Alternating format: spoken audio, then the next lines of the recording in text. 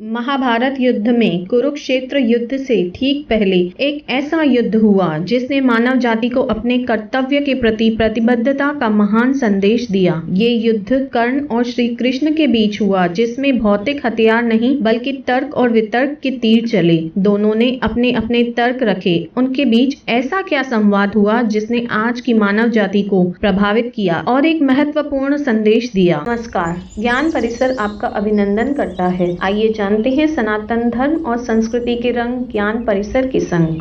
दुर्योधन ने जब अपने हठ और अहंकार के चलते श्री कृष्ण का शांति प्रस्ताव ठुकरा दिया, तब भगवान श्री कृष्ण ने कर्ण को पांडवों के पक्ष में लाने का प्रयास किया। यह इसलिए भी जरूरी था क्योंकि भगवान श्री कृष्ण ये नहीं चाहते थे कि छोटे भाइयों द्वारा बड़े भाई का वध हो जाए। दुर्योधन को समझाने के असफल प्रयास के बाद भगवान श्री कृष्ण कर्ण से मिलने पहुंचे। उन्होंने कर्ण को रथ पर बिठाया और हस्तिनापुर के बाहर निकल लाए। बाहर आकर एक शांत वन में उन दोनों के बीच जो संवाद हुआ वो इस प्रकार है। श्री कृष्ण ने कहा, कर्ण, तुम भी धर्मानुसार पांडु के ही पुत्र हो, इसीलिए धर्म शास्त्रों के नियम के अनुसार तुम ही राजा बनोगे। तात मेरे साथ यहाँ से चलने पर आज पांडवों को तुम्हारे विषय में पता चल जाए कि तुम कुंती के ही पुत्र हो और युधिष्ठिर से भी पहले तुम्हारा जन्म हुआ है। पांचों भाई पांडव, द्रौपदी के पांचों पुत्र तथा किसी से भी परास्त न होने वाले सुभद्रा कुमार वीर अभिमन्यु, ये सब तुम्हारे चरणों का स्पर्श करेंगे। इसके सिवाय पांडवों की सहायता के लिए आए हुए समस्त राजा, राजकुमार और वृष्ण वंश के योद्धा तथा स्वयं मैं सभी तुम्हारा ही अनुसरण करेंगे। तुम चलकर अपने भाइयों के समेत राज्य भोगो। कर्ण ने कहा, केशव, आपने सौहार्द, प्रेम, मैत्री और मेरे हित की इच्छा से जो कुछ कहा है वह निसंदेह ठीक है। मैं धर्मतः पांडु का ही पुत्र हूँ। इन सब बातों को मैं अच्छी तरह जानता और समझता हूँ। जनार्दन,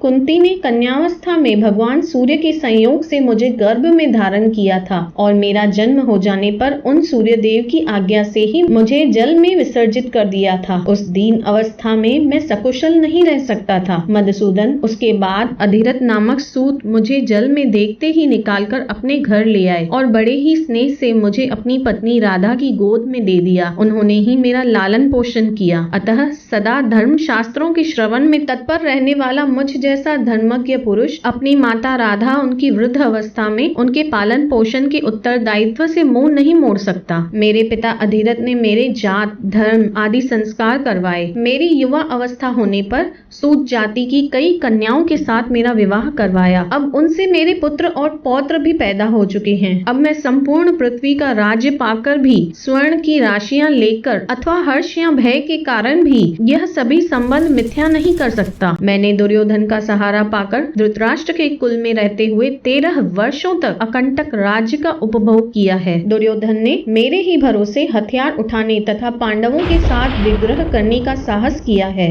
मुझे द्वैर्थ युद्ध में सब्यसाची अर्जुन के विरुद्ध लोहा लेने तथा उनका सामना करने के लिए उसने चुन लिया है। जनार्दन, इस समय मैं वध, बंधन, भय अथवा लोभ से भी दुर्योधन के साथ मिथ्या व्यवहार नहीं करना चाहता। इसमें संदेह नहीं कि आप मेरे हित के लिए ही यह सब बातें कह रहे हैं। पांडव आपके अधीन हैं, इसलिए आप उनसे जो कुछ भी कहेंगे वह सब वे अवश्य ही कर सकते हैं। परंतु मधुसूदन, मेरे और आपके बीच में यह जो गुप्त परामर्श हुआ है उसे आप यहीं तक सीमित रखें। यादव नंदन, ऐसा करने में ही मैं यहाँ सब प्रकार से हित समझता हूँ। धर्मात्मा राजा युधिष्ठिर यदि यह जान लेंगे कि मैं कर्ण, कुंती का प्रथम पुत्र हूँ, तब वे राज्य ग्रहण नहीं करेंगे। उस दशा में मैं उस समृद्धशाली विशाल राज्य को पाकर भी दुर्योधन को ही सौंप दूंगा। मैं भी यही चाहता हूँ कि जिनके नेता ऋषिकेश और योद्धा अर्जुन हैं, वे धर्मात्मा युधिष्ठिर ही सर्वदा राजा बने रहे। दुर्योधन ने यहाँ क्षत्रियों का बड़ा समुदाय एकत्रित कर रखा है जो एक शस्त्र यज्ञ करने आया है, जिसके साक्षी आप भी होंगे। मैंने जो दुर्योधन का प्रिय करने के लिए पांडवों को बहुत से कटु वचन सुनाए हैं, उस अयोग्य कर्म के कारण मुझे बड़ा पश्चाताप हो रहा है। जब आप सब्यसाची अर्जुन के हाथ से मुझे मरा गया देखेंगे और जब महाबली भीमसेन सिंहनाद करते हुए दुशासन का रक्तपान करेंगे, उस समय दुर्योधन द्वारा प्रारंभ किया हुआ यह यज्ञ समाप्त हो जाएगा।